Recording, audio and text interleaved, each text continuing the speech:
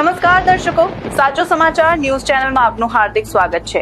ગુજરાતમાં ચોમાસું હવે ફરી એકવાર જોર પકડતું જોવા મળી રહ્યું છે અને આગામી દિવસોમાં મેઘરાજા રાજ્યના અનેક વિસ્તારોમાં ધમાકેદાર બેટિંગ કરવા તૈયાર છે।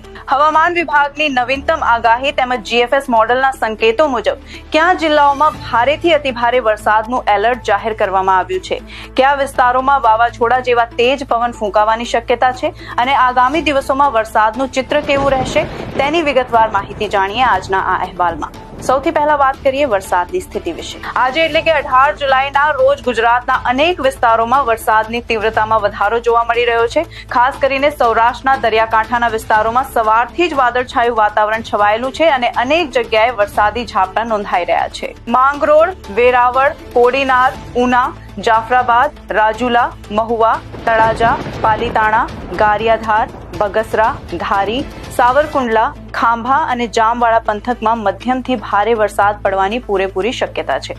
આ ઉપરાંત ભાવનગર, અમરેલી, જેતપુર, ઉપલેટા, પોરબંદર, રાજકોટ, જામનગર અને જુનાગઢ જિલ્લાના કેટલાક વિસ્તારોમાં પણ દિવસભર વરસાદી માહોલ યથાવત રહી શકે છે, જ્યારે કચ્છના ભુજ, ભચાઉ, ગાંધીધામ અને ખદીરબેટ સહિતના વિસ્તારોમાં તેમજ સુરેન્દ્રનગર, ધ્રાંગધ્રા અને માળિયા વિસ્તારમાં હળવોથી મધ્યમ વરસાદની સંભાવના વ્યક્ત કરવામાં આવી છે।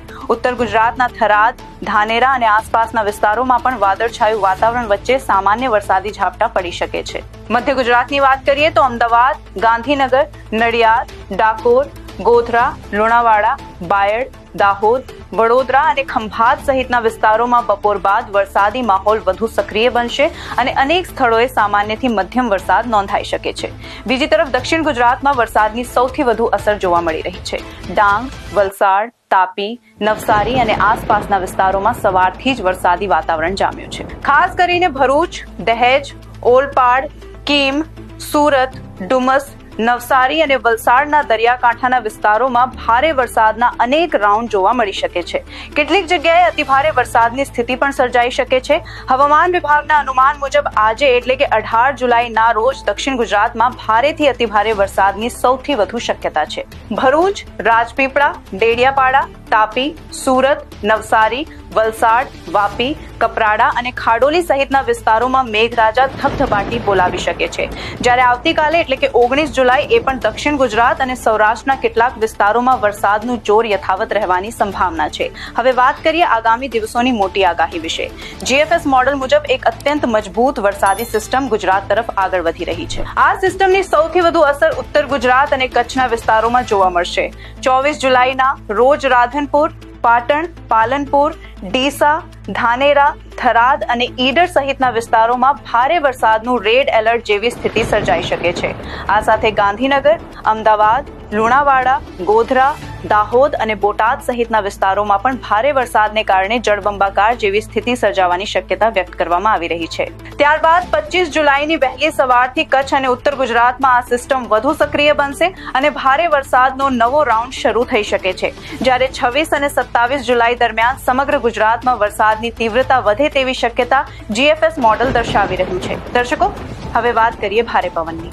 આજે એટલે કે 18 જુલાઈના રોજ કચ્છ અને સૌરાષ્ટ્રના જામનગર, દ્વારકા, પોરબંદર, રાજકોટ, જુનાગઢ, વેરાવળ અને ભાવનગરના દરિયાકાંઠાના વિસ્તારોમાં 50 થી 55 કિલોમીટર પ્રતિ કલાકની ઝડપે તેજ પવન ફૂંકાવાની શક્યતા છે, જ્યારે મધ્ય અને ઉત્તર ગુજરાતના વિસ્તારોમાં પવનની ગતિ અંદાજે 30 થી 40 કિલોમીટર પ્રતિ કલાક સુધી રહી શકે છે।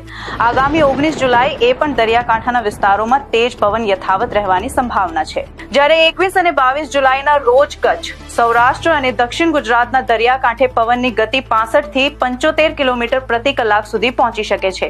આ કારણે માછીમારોને દરિયો ન ખેડવાની સલાહ આપવામાં આવી છે, તેમજ દરિયાકાંઠાના વિસ્તારોમાં રહેતા લોકોને પણ સંપૂર્ણ સાવચેતી રાખવા અપીલ કરવામાં આવી છે।